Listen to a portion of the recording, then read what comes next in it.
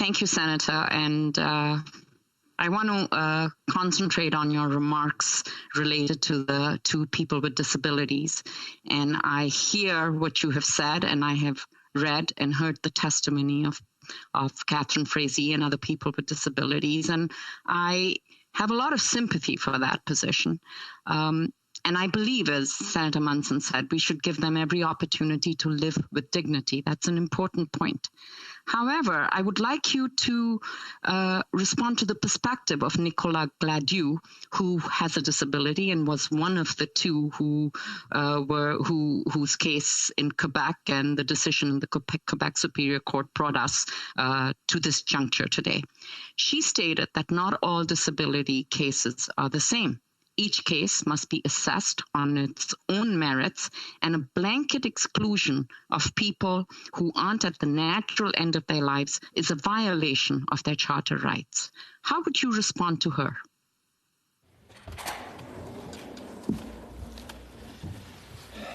Well, Senator Omidvar, I think the first comment I would make is that I might be happy that I don't have to respond to her.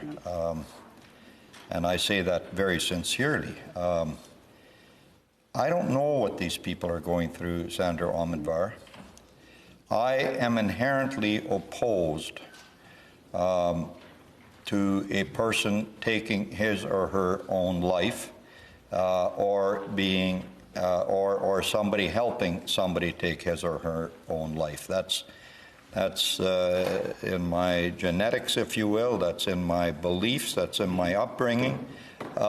So I want you to understand I'm coming from there. But if I take that hat off, then I would say that maybe there cannot be a blanket rule.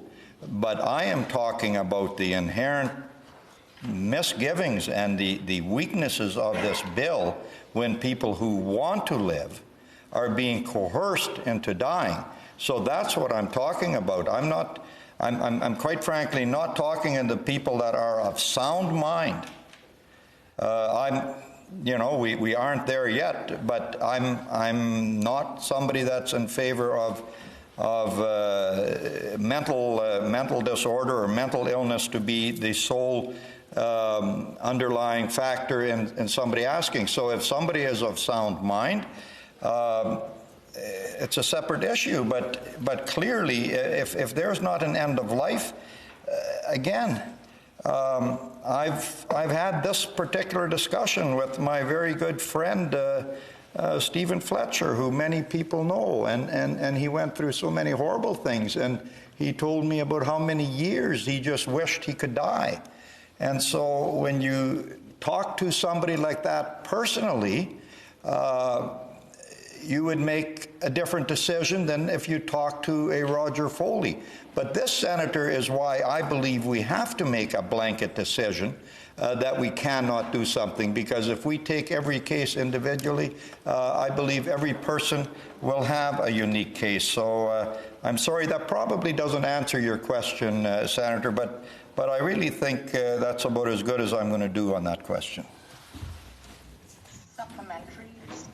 Senator Omidvar. Thank you, Chair. Senator Plett, in my experience, limited as it is, people with disabilities who have sound minds are often extremely effective advocates for themselves because they have to negotiate their daily lives in a way that you and I can't imagine because we are not disabled. And I think that if they make their own choice based on their lives and their reality, then I will say to you, who are we to stand in their way of participating in this new amended law?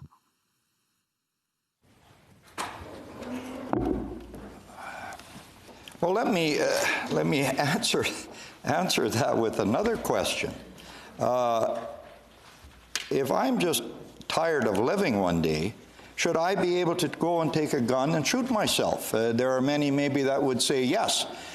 You should be able to do that, Dawn. But I would hope there would be more that would say no. But you are simply saying, who are we to stand in the way of somebody asking for assisted suicide, or who are we to stand in the way of them committing suicide? We need to focus on our support system.